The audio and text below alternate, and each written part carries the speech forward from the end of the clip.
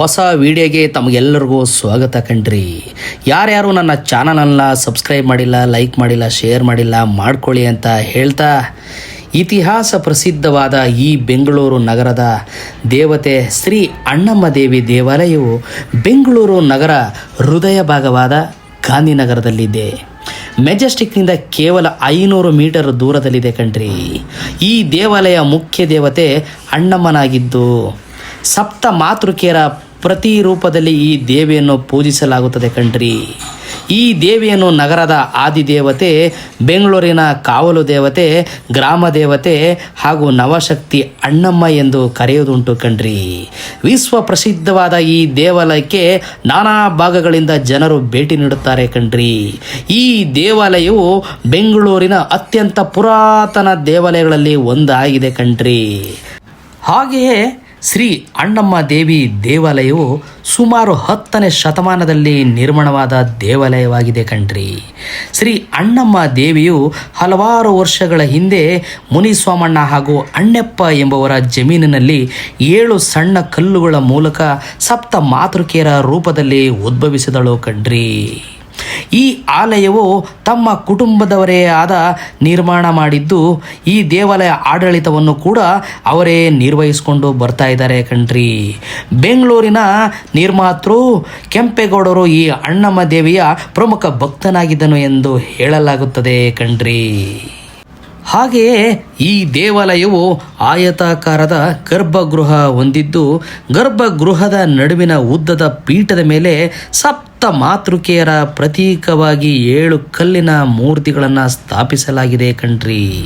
ಮತ್ತು ಈ ತಾಯಿಯ ವಿಶೇಷತೆ ಏನಪ್ಪ ಅಂತಂದರೆ, ಚೈತ್ರ ಮಾಸದಲ್ಲಿ ಬೆಂಗಳೂರು ಒಳನಗರದಲ್ಲಿ ಹಾಗೂ ಹೊರಹೊಲೆಯ ನಗರಗಳಲ್ಲಿ ಬಹಳ ವಿಜೃಂಭಣೆಯಿಂದ ಅದ್ಧೂರಿಯಾಗಿ ಬೀದಿಗಳಲ್ಲಿ ತಮಟೆ, ನಗಾರಿ ವಾದ್ಯಗಳೊಂದಿಗೆ ಎಲ್ಲರೂ ಕುಣಿತ ಹಾಕ್ಕೊಂಡು ಆಚರಿಸ್ತಾರೆ ಕಣ್ರಿ. ಅದನ್ನು ನೋಡಲಿಕ್ಕೆ 2 ಕಣ್ಣು ಕೂಡ ಸಾಲದು ಕಣ್ರಿ. ಹಾಗಿದ್ರೆ ಲೈವು ಇಲ್ಲಿ ತಮಟೆ ಹೊಡೆಯೋರನ್ನ ನಾವು ನೀವೆಲ್ಲ ನೋಡ್ಕೊಂಬರೋಣ. ಹಾಗೆ ಇಷ್ಟ ಆದರೆ ನನ್ನ ಚಾನಲನ್ನು ಮತ್ತೊಮ್ಮೆ ಯಾರ್ಯಾರು ಲೈಕ್ ಮಾಡಿಲ್ಲ, ಶೇರ್ ಮಾಡಿಲ್ಲ, ದಯಮಾಡಿ ಶೇರ್ ಮಾಡಿ, ಲೈಕ್ ಮಾಡಿ, ಸಬ್ಸ್ಕ್ರೈಬ್ ಮಾಡಿ ಅಂತ ತಮ್ಮಲ್ಲಿ ಇನ್ನೊಮ್ಮೆ ಕೇಳ್ಕೊತಾ, ಈಗ ರೀಸೆಂಟಾಗಿ ಎಲ್ಲರೂ ಕರಗ ನೋಡಿದ್ರಿ. ಆ ಕರಗ ಪ್ರಪ್ರಥಮ ಬಾರಿಗೆ ಪ್ರಾರಂಭ ಆಗೋಕ್ಕೂ ಮುಂಚೆ ಈ ಅಣ್ಣಮ್ಮ ತಾಯಿ ಹತ್ರ ಬಂದು ಕೂಡ ಹೋಗ್ತಾರೆ ಕಣ್ರಿ. ಶಿವನಿ, ತಮಟೆ ವಾದ್ಯ ನಗಾರಿ ನುಡ್ಸೋರು ಬಂದವ್ರಿ ಕಣ್ರಪ್ಪ. ಬನ್ರಿಯಪ್ಪ, ನಾವು 4 ಸ್ಟೆಪ್ಪ ಹಾಕ್ಬಿಡೋಣ. ಹೊಡಿರಿ ಶಿವನಿ.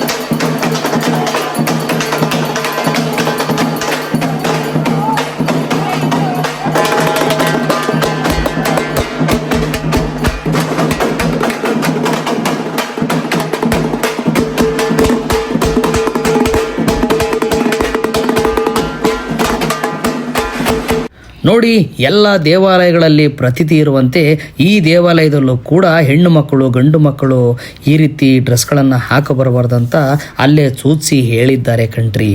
ಹಾಗೆಯೇ ಈ ದೇವಾಲಯದ ಮಹತ್ವ ಏನಪ್ಪ ಅಂತಂದರೆ, ಬೆಂಗಳೂರು ಪುರಾತನ ದೇವಾಲಯಗಳಲ್ಲಿ ಇದು ಒಂದಾಗಿದೆ ಕಣ್ರಿ.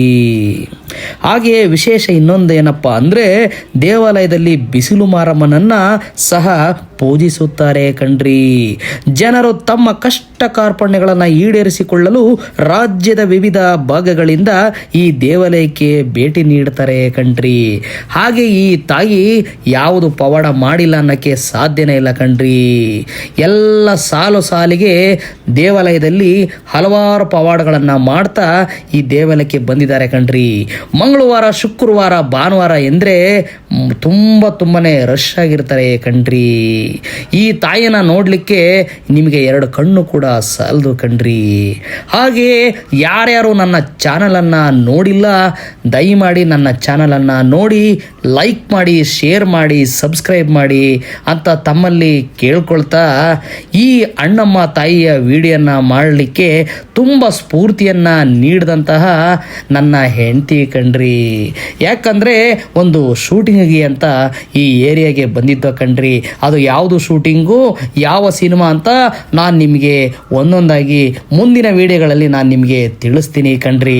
ಇದು ಸಸ್ಪೆನ್ಸ್ ಆಗಿ ಉಳಿಲಿ ಅಂತ ಹೇಳ್ತಾ ನಾನು ನಿಮಗೆ ತೋರಿಸ್ತಾ ಇದ್ದೀನಲ್ಲ ಈ ತಮಟೆ ತಂಡ ಬೇರೆ ಯಾವುದು ಅಲ್ಲ ಕಣ್ರಿ, ಶೇಷಾದ್ರಿಪುರಂ ಏರಿಯಾದ ಭವಾನಿ ತಮಟೆ ಎಂದೇ ಫೇಮಸ್ ಆಗಿದ್ದಾರೆ ಕಣ್ರಿ ಅಂತ ಹೇಳ್ತಾ ಈ ವಿಡಿಯೋನ ಇಲ್ಲಿಗೆ ಮುಕ್ತಾಯ ಮಾಡ್ತಾ ಇದ್ದೀನಿ ಕಣ್ರಿ.